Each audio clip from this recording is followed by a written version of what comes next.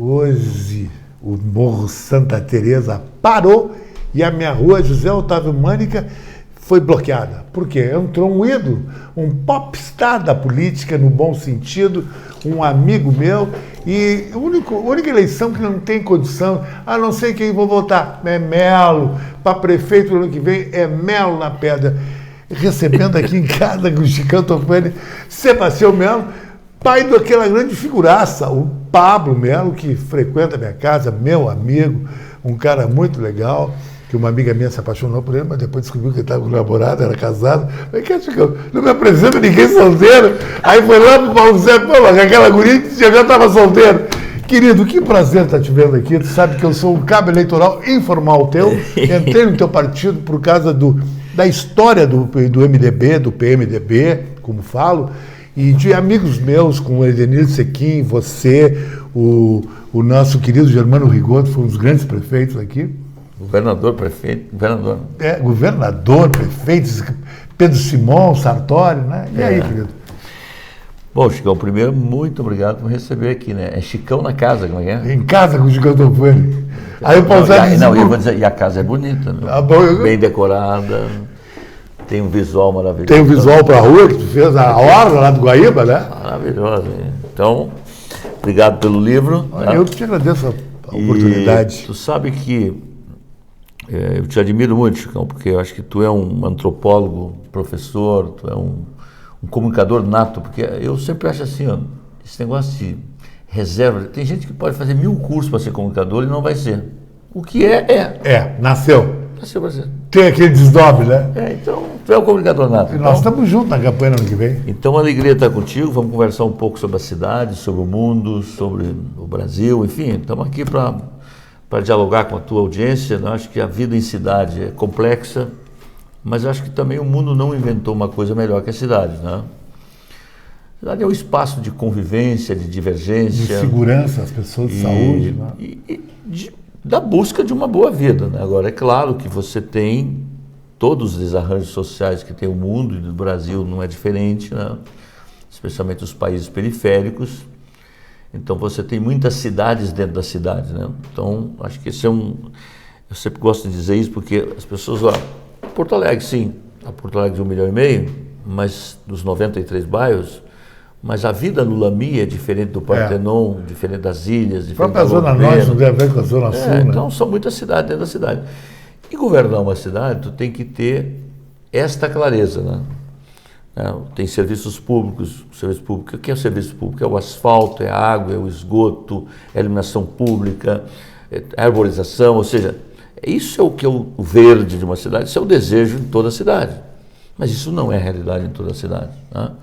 Então, o prefeito tem que ter muito critério para definir, porque o dinheiro ele é limitado e as demandas são ilimitadas, porque há um déficit de cidade ao longo do tempo, porque o Brasil teve um surto, né, urbano galopante na década de 70, e esse surto galopante de pessoas chegando na cidade, o orçamento não chegou junto, ou seja, a quantidade de recursos necessários para as políticas públicas não chegaram junto. Então, essa dificuldade do gestor local, né? E agora mesmo se vota, é verdade, em primeiro turno uma reforma tributária altamente comprometedora para com os municípios. Por quê? Porque o Brasil levou 500 anos para os municípios ter um pouquinho de autonomia, né? Que foi lá garantida com a Constituição de 88. Agora, você faz uma reforma tributária, que ainda não está votada, né, até a sua finaleira, que ele diz, não, nós vamos concentrar esses recursos mais na mão da União, mas a gente não tira serviço do município. O município continua com a quantidade de serviços que estão aí, ou até aumentando, mas o dinheiro talvez não seja o mesmo. Então, esse é um tema que merece um capítulo muito especial, porque o povo não sabe o que é reforma tributária, mas o povo sabe o que é faltar um médico aqui no postão da Cruzeiro, que é teu vizinho, sabe o que é não ter um bico de luz, sabe o que não ter uma rua bem varrida, sabe o que não ter uma cama para dormir, aquele que está morador de situação de rua, que precisa ser acolhido e ter um prato de comida quente. Isso o povo entende. E sem dinheiro você não resolve isso. A criança que tem que estar na creche, que tem que ter a comida na hora certa, o transporte que tem que funcionar e se não tiver dinheiro não funciona. Então, reforma tributária é isso, ou seja, eu mexo em tributos e se eu distribuir mal esse tributo, a reação é direta ali na prestação de serviço, entendeu? Quer dizer, então, eu estou muito preocupado com a reforma tributária, porque ela não levou em conta, na nossa avaliação, aquilo que ela deve levar, que é potencializar aonde a vida acontece. Onde é que a vida acontece? Você pode pensar no presidente, no governador, no senador, tu entendeu? No Papa, mas a tua vida acontece na tua cidade. Na tua cidade. Se tu chegar na tua rua aqui, tua rua estiver esburacada, opa, peraí, tem alguma coisa errada. Mas o prefeito não está funcionando. avaliando a coisa. Bom, mas ele pensou, bom, porque a água não chegou na torneira. Então, a tua vida acontece na cidade. Então, você tem que potencializar a cidade. Então, esta reforma tributária, ela não pensou naquilo que é a essência, que é resolver os problemas. Então ela está votada em primeiro turno agora, vai para o segundo turno, depois vai para o Senado, nós vamos continuar peleando lá. Então. Eu quero fazer uma pergunta que eu sempre quis fazer para o senhor, é o seguinte. Não me chama de senhor. Tá legal, não, é uma questão de deferência. De Porto Alegre, se nós pegar Porto Alegre numa linha reta até Taquara, nós temos 80 quilômetros. E nós temos mais de 15 municípios. Se você vai numa avenida em Los Angeles, Sunset Boulevard, eu gravei lá, você tem 110 quilômetros. Mais que daqui a Taquara. E só tem um município, Los Angeles. O senhor não acha que tem um excesso de municípios no Brasil? A municipalização não ficou muito grande? Não devia ser um município até lá? Qual é a tua avaliação disso? Bom, primeiro eu sou um municipalista, né? Eu acho que foi errado, foi você conceber, tu entendeu, municípios sem dar condições para esse município. Então esse é um erro que aconteceu lá atrás, né? Foi criando municípios. Ali mudou, não é mais assim agora, tem requisitos que lá não tinham, né? Então, está consolidado. Se tu disser que hoje tu vai reduzir dos 497 o município do Rio Grande do Sul, tu não vai fazer, tu vai arrumar uma guerra. Né? Tem município com 5 mil pessoas, 5 mil pessoas. 2,5? É a avenida aqui embaixo. Mas isso está consolidado. Agora, o que eu acho é que tem que ter uma governança que tem uma visão compartilhada e atitude compartilhada. Então, vamos lá. Nós temos 19 municípios na região metropolitana, que é a nossa região conurbada. O que é uma região conurbada? É aquela que encosta na outra. Né? Então, na verdade, não é pelo fato de você atravessar a ponte ali de Canoas que as coisas mudam. Canoas tem as mesmas dificuldades. Exatamente. De trânsito. Eles têm Sapucaí, atravessa a rua, está no outro município. De saúde pública, de segurança pública, que nós temos. Mas se tu atravessa também, o de Viamão é a mesma coisa, se tu passar para Eldorado é a mesma coisa. Então, essa governança metropolitana, que é uma coisa, um arranjo muito mal feito no Brasil, né? O mundo enfrenta isso muito melhor, já superou isso, e criando autoridades metropolitanas naqueles temas que são comuns. Então, isso está errado, isso já deveria ter acontecido. Então, tem leis para isso. O Estatuto da Cidade, ele é bom nesse sentido, só que o Estatuto da Cidade, ele só vira realidade se tiver atitudes, né? Então, nós precisamos dar um passo adiante numa governança metropolitana, porque, vamos lá, vou dar um exemplo, que exemplo o povo entende muito, né? Transporte coletivo, né? Hoje não tem uma integração, e isso é muito maléfico para o povo. Por exemplo, um ônibus sai de Novo Hamburgo, vamos dizer que ele sai com 30 passageiros e o ônibus tem capacidade para 70. Se ele passando por São Leopoldo, tem passageiro, ele não pode pegar, por Sapucaí não pode pegar, por Esteio não pode pegar, em Canoas não pode pegar. Por quê? Porque o sistema diz, não, a linha é direta de Novo Hamburgo para lá, esta empresa foi licitada dessa forma. Bom, é uma burocracia muito grande. Não dá. Então, esse é um exemplo, entendeu? Mas não é o único, as guardas municipais é outro, cercamento eletrônico não pode prender um cara, do outro lado. O diretor é outro, quer dizer, então essa governança metropolitana, tu pode ter uma governança na Serra, uma governança na Grande Santa Maria, uma governança em Porto Alegre, quer dizer, então isso é uma defasagem que tem na gestão pública brasileira, porque ao fundo você está tratando de autonomias, e aí se tu não tiver um órgão, um coordenador que te dê segurança, quer dizer, eu não posso intervir em Canoas, Canoas não pode intervir em Porto Alegre, Porto Alegre não pode intervir em Guaíba. Agora, se tu tem uma autoridade metropolitana, esses temas comuns entre nós, ele tem que ser governado pela autoridade metropolitana, que vai dizer, não, só um minutinho, mas a saúde, a regulação da saúde metropolitana não pode ser só uma coisa de Porto Alegre, até porque o doente, ele pega o ônibus ou pega o carro dele e atravessa e vem na Santa Casa, ou ele vai no Conceição. Hoje, por exemplo, as UPAs, que é a Unidade de Pronto Atendimento, lá da Zona Norte, que é a Moacir Sclia, eu posso te levar lá. hoje, amanhã, depois de amanhã, no mínimo 30% das pessoas que estão lá neste momento agora, no mínimo, ou elas são de Alvorada, ou elas são de Cachoeirinha, ou elas são de Gravataí. Ou seja, o sistema não comporta nessas cidades o atendimento médico. O que ele faz? Ele pega um ônibus da Grande Porto Alegre, desce na Assis Brasil, com a Baltazar, atravessa a rua e vai para a UPA. E esta UPA entrou na rede de Porto Alegre. Não? Então, essa governança, ela está mal e ela tem que dar um passo adiante. Não? Buenos Aires é mais ou menos assim, é tudo concentrado como o prefeito de Buenos Aires. Já nos Estados Unidos tem os condados dentro das cidades, que é isso mais ou menos que o senhor falou, que a Zona Norte é uma, Zona Sul é outra, Ipanema, tudo, que é outras cidades dentro da cidade, né? Nós aqui, a nossa estrutura administrativa, ela tem as subprefeituras, mas ela tem uma subprefeitura muito capenga ainda, porque a verdadeira subprefeitura é aquela que eu tenho uma estrutura de máquina, de funcionários para atender aquela região. Atender aquela região. Eu, por exemplo, não sabia que tinha subprefeitura, quase ninguém sabe. Tem 17 subprefeituras. Só que esse subprefeito ele é um articulador, junto com as... Né, tem mais 2, 3 funcionários com ele. Ele articula com o orçamento participativo, que são os conselheiros, com as associações. Então, ele faz essa mediação das demandas com o governo central, ou seja, com as secretarias e com o gabinete do prefeito. Então, isso existe. Agora, o caso de São Paulo, existe uma verdadeira subprefeitura. Aí tem o subprefeito que tem orçamento próprio, que tem os seus... Tem uma autonomia razoável, tem uma autonomia, né? E que teve soluções de problemas também, né? Porque ele vê o problema direto dele ali. Então a subprefeitura é um caminho, né? Agora, também se tu também não trabalhar isso de forma coordenada, tu pode criar um líder que amanhã vai ser candidato a vereador, às vezes está mais preocupado com a candidatura dele. Está preocupado com outra coisa, se alavancar. Então isso tem que ter um equilíbrio, né? Mas, de qualquer forma, uma cidade grande, e nós estamos falando aqui, né, de uma cidade grande, né? Nós temos 94 bairros, nós temos 500 quilômetros quadrados, nós temos que pegar Cantagalo lá, divide lá com, né, Viamão lá, por exemplo. E Varginha. Se nós atravessarmos, chegando lá na outra ponta, nós estamos falando de 50 quilômetros, 60 quilômetros. Quer dizer, então não é uma coisa qualquer, né? Não é uma coisa qualquer. Varginha é a tua praia, né? Varginha já é Viamão, né? Eu não sabia, eu pensei que fazia parte de Porto Alegre. Não. Viamão é um município muito grande, né? Aliás, eu acho Itapuã, e aqui aproveito para divulgar Itapuã, porque eu sou um divulgador lá. Primeiro, tem um parque lá, que são 6.000 hectares, que é um parque de preservação, né? Aquilo é uma coisa maravilhosa, tem 5 praias, né? Elas eram lá ocupações irregulares, quando o Simão foi governador, desapropriou aquelas praias.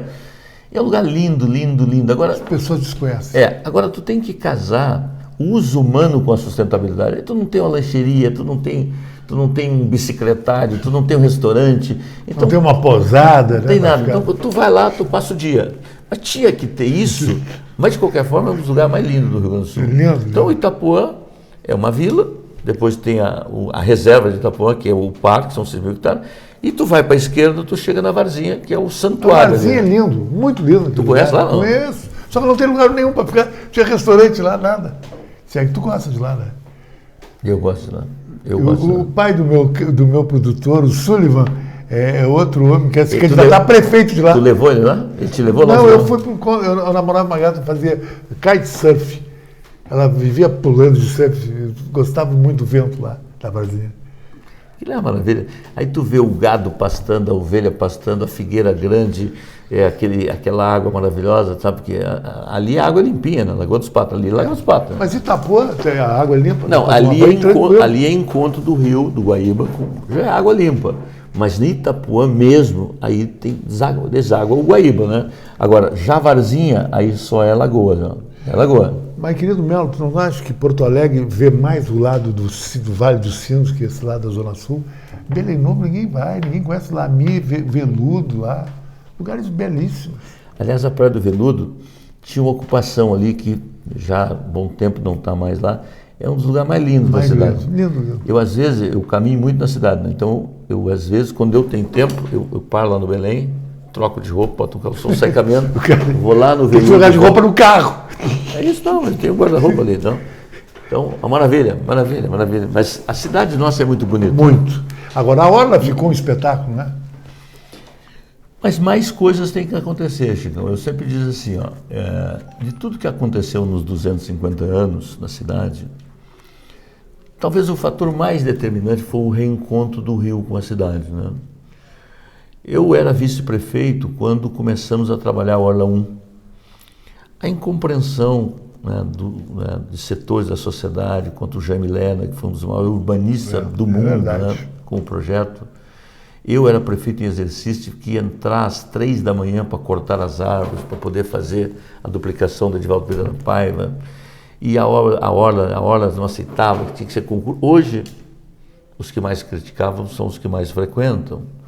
Então veio a Orla 1, veio a Orla 3, agora tem a Orla 2, que tem um projeto muito legal, que vai ter um centro de eventos e também uma marina pública.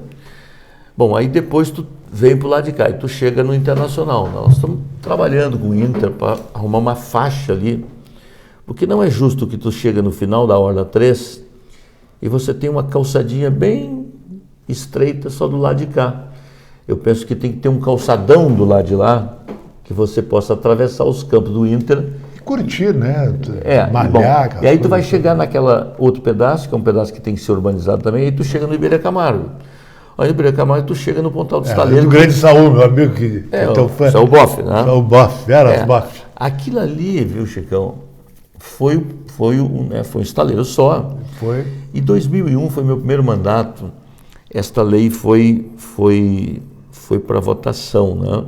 Não, 2001 ela foi votada, 2001 ela foi votada, né? O DIB, que não está mais conosco, fez uma emenda que eu até hoje não entendi, dizendo que era só comercial. Eu, sinceramente... não achei legal. O urbanismo que eu defendo é o seguinte, é o uso misto, né? Isso, ou seja, tu tem que ter moradia, tem que ter comércio, porque tu tem vida urbana, né? Bom, aí em 2008 houve uma confusão, eu era presidente da Câmara, nós mudamos o regime urbanístico e acabou o Fogaça vetando, deu aquele plebiscito. Então, foi errado. Então, aquele Pontal podia estar pronto em 2012, pessoas 2013, morando lá, dizendo que o pessoal rico ia morar lá, era o argumento deles. Qual é o conceito ali, né?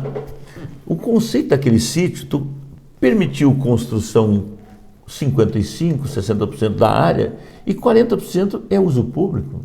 Uso público com os equipamentos que o empreendedor investiu, ou seja, então tudo aquilo que está ali hoje para você, eu, qualquer um do povo curtir, é dinheiro privado que a compensação, a contrapartida para ele fazer os edifícios. Exato. Então não tem crime nisso, entendeu? Não tem nada de legal. Porque se dependesse do público, aquele seria um terreno baldio para mais 50 anos. Abandonado. Ocupado. Então, agora, esse é o conceito. Agora, tem gente que entende, não, tu tem que fazer um parque público. Quanto é o parque público? 200 milhões. Eu não tenho dinheiro para fazer.